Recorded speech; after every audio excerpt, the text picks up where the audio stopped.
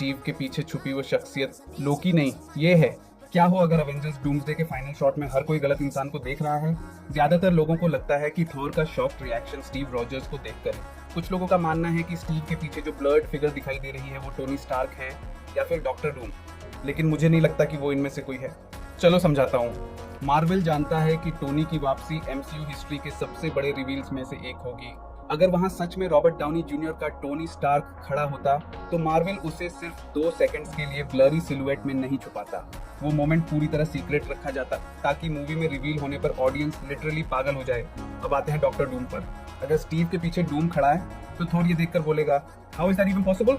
लेकिन सोचिए, थॉर ने इस वर्जन ऑफ डूम को पहले कभी देखा ही नहीं। एक नया विलन देखकर थॉर स्पीचलेस नहीं होगा, वो शायद सीधे अटैक करेगा। इसलिए थॉर की रिएक्शन मुझे फियरफुल से ज्यादा इमोशनल लगती है, जैसे वो किसी ऐसे इंसान को देख रहा हो जिसे उसने कभी दोबारा देखने की उम्मीद ही नहीं की थी।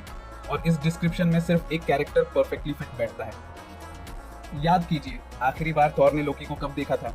इन्फिनिटी वॉर में। उसने अपनी आंखों के सामने थैनोस को अपने भाई लोकी को मारते हुए देखा था।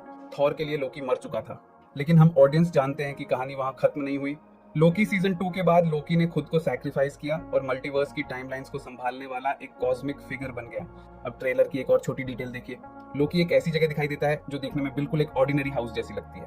वो वर्ल्ड ट्री पे नहीं बैठा है, न कोई ग्रैंड थ्रोन, और न ही वो अपने गॉड ऑफ स्टोरीज वाले रोब्स में है, बल्कि वो फिर से अपने फेमिलियर टीवीए आउटफिट में दिखाई देता है। जैसे मार्वल हमें सटली याद दिलाना चाहता हो कि लोकी का कनेक्शन अभी भी टीवीए से जुड़ा हुआ है। और फिर आती है एक और इंटरेस्टिंग डिटेल, वो मिस्टीरियस टीवीए कार्ड जिस पर लोकी और वर्ल्ड ट्री दिखाई देते हैं। क्या ये सिर्फ एक रैंडम प्रॉप है या मार्वल हमें कुछ हिंट दे रहा है?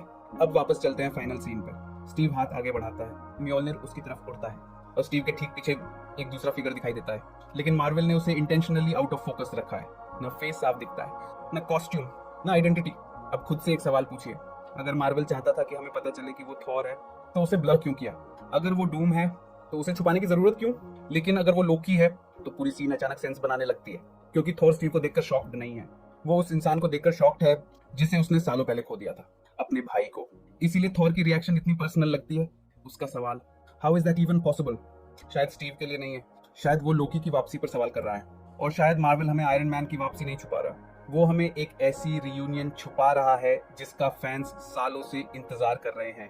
Thor and Loki together again.